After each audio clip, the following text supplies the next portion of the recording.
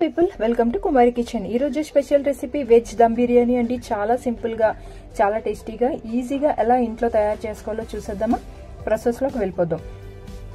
ముందుగా basmati rice 2 glasses తీసుకొని అందులో వాటర్ పోసుకొని హాఫ్ అన్ అవర్ పాటు నానబెట్టుకుని పక్కన పెట్టుకోవాలి. ఇప్పుడు వేరే బాండీలో వాటర్ పోసుకొని మసాలా ఐటమ్స్ యాడ్ చేసుకుని అలానే పచ్చిమిర్చి, కొంచెం కొత్తిమీర, అలాగే రుచికి సరిపడా ఉప్పు కూడా యాడ్ చేసేసుకొని కొంచెం ఆయిల్ వేసుకొని ఇది బాయిల్ అవనిద్దాం.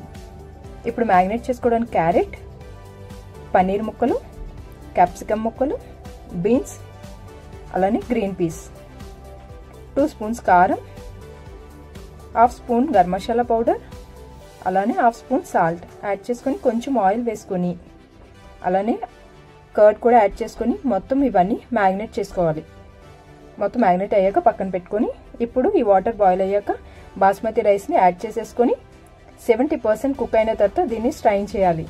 ఇప్పుడు వేరే బాండీలో ఆయిల్ వేసుకొని బిర్యానీ ఐటమ్స్ యాడ్ చేసేసుకొని అలానే సన్నగా తరుక్కున్న ఉల్లిపాయ తరుగు, అలానే పచ్చిమిర్చి, కొంచెం కొత్తిమీర, కొంచెం కరివేపాకు కూడా యాడ్ చేసి కాసేపు ఫ్రై అయిన తర్వాత 2 స్పూన్స్ అల్లం వెల్లుల్లి పేస్ట్ యాడ్ చేయాలి. అల్లం వెల్లుల్లి పేస్ట్ పచ్చివాసన పోయేంత వరకు ఫ్రై చేసుకొని ఇప్పుడు మ్యారినేట్ చేసుకున్న ఈ వెజిటేబుల్స్ అన్ని యాడ్ చేసేసి స్లోగా కలుపుకోవాలి, లేదంటే పన్నీర్ అనేది విరిగిపోతుంది. ఒక 5 మినిట్స్ తర్వాత ఇలా కుక్ అయిన తర్వాత టమాటో ముక్కలు కూడా యాడ్ చేసేసుకొని ఒక 2 మినిట్స్ మగ్గనివ్వాలి. ఇప్పుడు కొంచెం కర్డ్, అలానే కొంచెం గరం మసాలా పౌడర్, అలానే కొంచెం కారం కూడా యాడ్ చేసి ఒక 2 మినిట్స్ మగ్గనివ్వాలి. మగ్గిన తర్వాత ఫైనల్గా నిమ్మరసం పిండేసుకొని ఓసారి కలిపేసుకుని మొత్తం అడుగంతా లేయర్స్లా వేసేసుకుని ఇప్పుడు మొత్తం ఈ బాస్మతి రైస్ అంతా పైన స్ప్రెడ్ చేసుకుంటూ ఈవెన్గా మొత్తం చేసిన తర్వాత ఫైనల్గా లాస్ట్లో గీ యాడ్ చేసుకోవాలి. నేను ఫుడ్ కలర్స్ ఏమీ యాడ్ చేయట్లేదండి, దానికోసం నేను పసుపు తీసుకుని అందులో వాటర్ పోసుకుని దాన్ని స్ప్రెడ్ చేసుకుంటున్నా.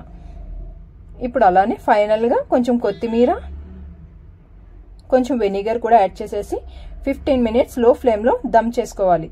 15 మినిట్స్ తర్వాత ఇంకా బిర్యానీ రెడీ అయిపోయినట్టేనండి.